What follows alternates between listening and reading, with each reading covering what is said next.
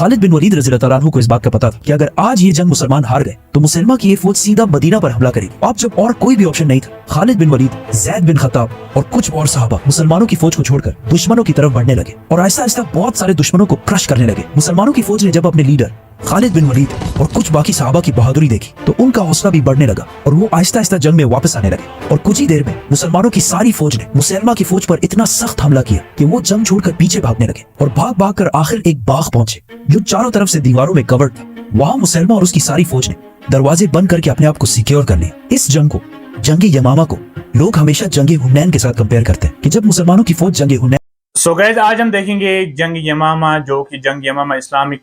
बहुत एक जंग हुआ है। आज हम उसके बारे में देखते हैं पूरा डिटेल। तो देखते हैं, करते हैं स्टार्ट। जंग यमामा इस्लाम की तारीख की सबसे बड़ी और सबसे इम्पोर्टेंट जंगों में से एक है। इवन कुरान, जो दुनिया की सबसे ज्यादा पढ़ी जाने वाली किताब है, जो आज एक कंप्लीट किताब बुक की शक्ल में मौजूद है, उसका क्रेडिट भी इसी जंग यमामा को जाता है। खिलाफत अबू बकर रज़ी अल्लाह अन्हु को मिलने के बाद अरब के बहुत सारे कबीलों ने बगावत का ऐलान कर दिया। कुछ ने ज़कात देने से इनकार कर दिया और कुछ ने तो नबूवत का झूठा दावा कर दिया। जिनमें सबसे ताकतवर बागी और झूठा नबी मुसलमा कज़्ज़ाब था। तो अबू बकर रज़ी अल्लाह अन्हु ने अरब के सारे बागियों से लड़ने के लिए मुसलमानों की फौज को 11 हिस्सों में डिवाइड की, जिसके बाद खालिद बिन वलीद रज़ी अल्लाह अन्हु इन बागियों को क्रश करते गए और आखिर सारों को खत्म करके यमामा मुसलमा कज़्ज़ाब की फौज के पास पहुंचे। मुसलमानों की बाकी सारी फौजें अरब के सारे बगावतों को खत्म करके अब सिर्फ इसी यमामा की जंग की तरफ देख रहे थे, क्योंकि इसी जंग ने मुसलमानों का फ्यूचर डिसाइड करना था। खालिद बिन वलीद मुसलमानों की 13,000 फौज लेकर यमामा के मैदान पहुंचे, जहां सामने मुसलमा की 40,000 की फौज उनका इंतजार कर रही थी। जैसे ही जंग शुरू हुई, मुसलमानों ने एक मिनट, ये मुसलमा आखिर था कौन जिसने इतनी तेजी से और इतनी आसानी से अरब की सबसे बड़ी फौज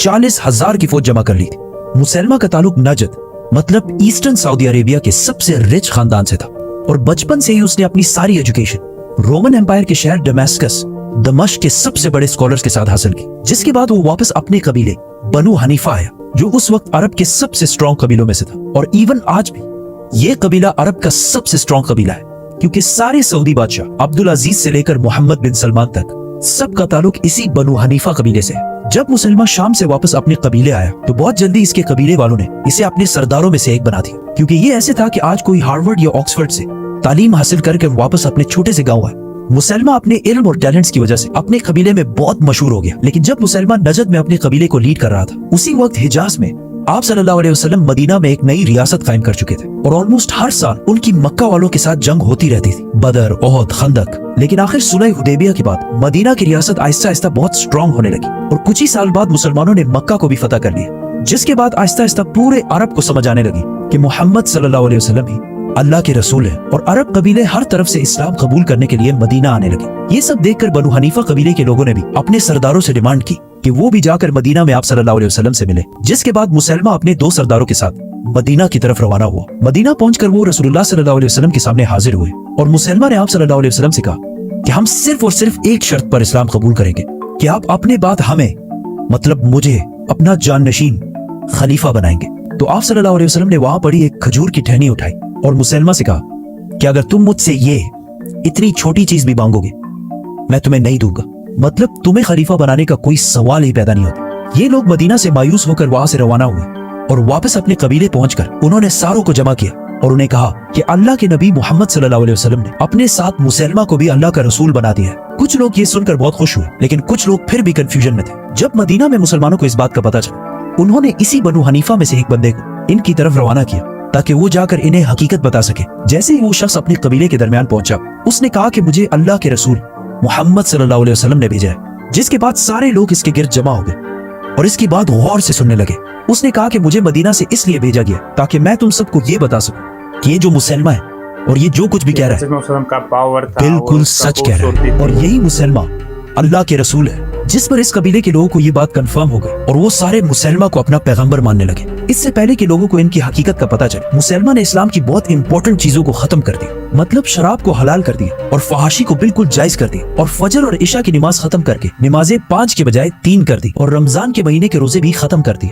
और गवाहों के बगैर निकाह को जायज कर दिया। And not only that, Quran की आयत को चेंज करके एक नई किताब बनाना शुरू की। लोगों ने जब मुसलमान के इस आसान रिलीजन को देखा اور پھر اسلام کے سخت رولز دیکھے تو وہ اسلام کو بالکل چھوڑ کر مسلمہ کی طرف آنے لگے اور آہستہ آہستہ مسلمہ کا ریلیجن ہر طرف پھیلنے لگا۔ اب یہاں کوشچن یہ ہے کہ رسول اللہ صلی اللہ علیہ وسلم نے تو بہت مشکل سے اسلام کو پھیلایا تھا، تو مسلمہ کیسے اتنے آسانی سے گرو کر رہا تھا؟ اصل میں جب آپ صلی اللہ علیہ وسلم مکہ میں تھے تو مکہ کے سرداروں نے آپ صلی اللہ علیہ وسلم کو یہ آپشن دیا تھا کہ اگر آپ ہمارے خداؤں کو خدا مانیں تو ہم بھی آپ کے خدا کو مان دیں گے اور آپ کو اپنا لیڈر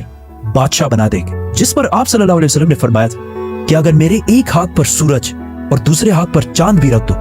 تب بھی میں تمہارے خداؤں کو ایکسپٹ نہیں کروں گا۔ جس کے بعد مکہ والوں نے مسلمانوں پر بہت سخت ظلم شروع کیے، لیکن مسلمہ اس کے بالکل اپوزٹ کیا اور عرب کے ہر قبیلے کے خداؤں کو ایکسپٹ کرنے لگا اور عرب کے سارے الٹے پھلٹے رواجوں کو بھی ایکسپٹ کرنے لگا، جس کی وجہ سے یہ قبیلے بھی مسلمہ کو بہت آسانی سے قبول کرنے لگے اور اس طرح مسلمہ بغیر کسی سٹرگل کے آگے بڑھنے لگا۔ اور پھر آخر ایک دن مسلمہ نے آپ صلی اللہ علیہ وسلم کی طرف ایک خط بھیجا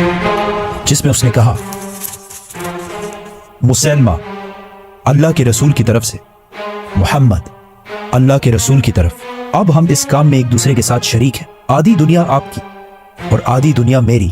جس کے بعد آپ صلی اللہ علیہ وسلم نے انہیں جواب دیا کہ محمد اللہ کے رسول کی طرف سے، مسلمہ کذاب کی طرف، مطلب مسلمہ بہت بڑے جھوٹے کی طرف۔ مسلمہ نے اپنے لیٹر میں کہا کہ آدھی دنیا آپ کی اور آدھی دنیا میری، جس پر آپ صلی اللہ علیہ وسلم نے انہیں جواب دیا کہ دنیا نہ میری ہے نہ تمہاری ہے، بلکہ ساری دنیا صرف اللہ کی اور وہ جسے چاہے اسے ہی دیتا ہے۔ آپ صلی اللہ علیہ وسلم کی زندگی میں تو مسلمہ کی اتنی جرات کبھی بھی نہیں کہ وہ بغاوت کا اعلان کر سکے، لیکن آپ صلی اللہ علیہ وسلم کی وفات کے فوراً بعد مسلمہ نے ابو بکر رضی اللہ عنہ کی خلافت سے بغاوت کا اعلان کر دیا، جس کے بعد ابو بکر رضی اللہ عنہ نے مسلمانوں کی 11 فوجیں بنائی، جن میں سے ایک کو انہوں نے مسلمہ کی طرف بھیجا اور انہیں کلیئر آرڈرز دیے کہ صرف مسلمہ کی فوج کو روکنا ہے، ان پر حملہ نہیں کرنا۔ لیکن اس فوج کے کمانڈر اکرمہ رضی اللہ عنہ نے مسلمہ پر حملہ کر دیا اور وہ جنگ ہار گئے، جس کے بعد ابو بکر رضی اللہ عنہ نے مسلمہ کی طرف ایک دوسری فوج بھیجی اور انہیں بھی وہی آرڈرز دیے کہ مسلمہ پر حملہ نہیں کرنا، لیکن اس فوج نے بھی مسلمہ پر حملہ کر دیا اور وہ بھی جنگ ہار گئے۔ تو اب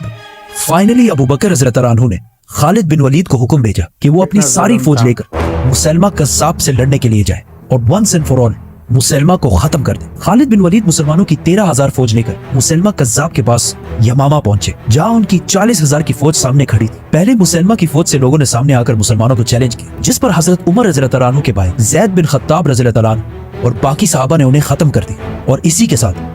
دونوں فوجوں نے ایک دوسرے پر حملہ کر دیا۔ پہلے تو دونوں فوجوں کی لڑائی بہت سخت، لیکن مسلمہ کی فوج بہت زیادہ ہونے کی وجہ سے آہستہ آہستہ بہت سارے مسلمان شہید ہونے لگے اور مسلمانوں کی فوج پیچھے ہونے لگی اور آخر مسلمانوں کی فوج کو پیچھے دھکیلتے ہوئے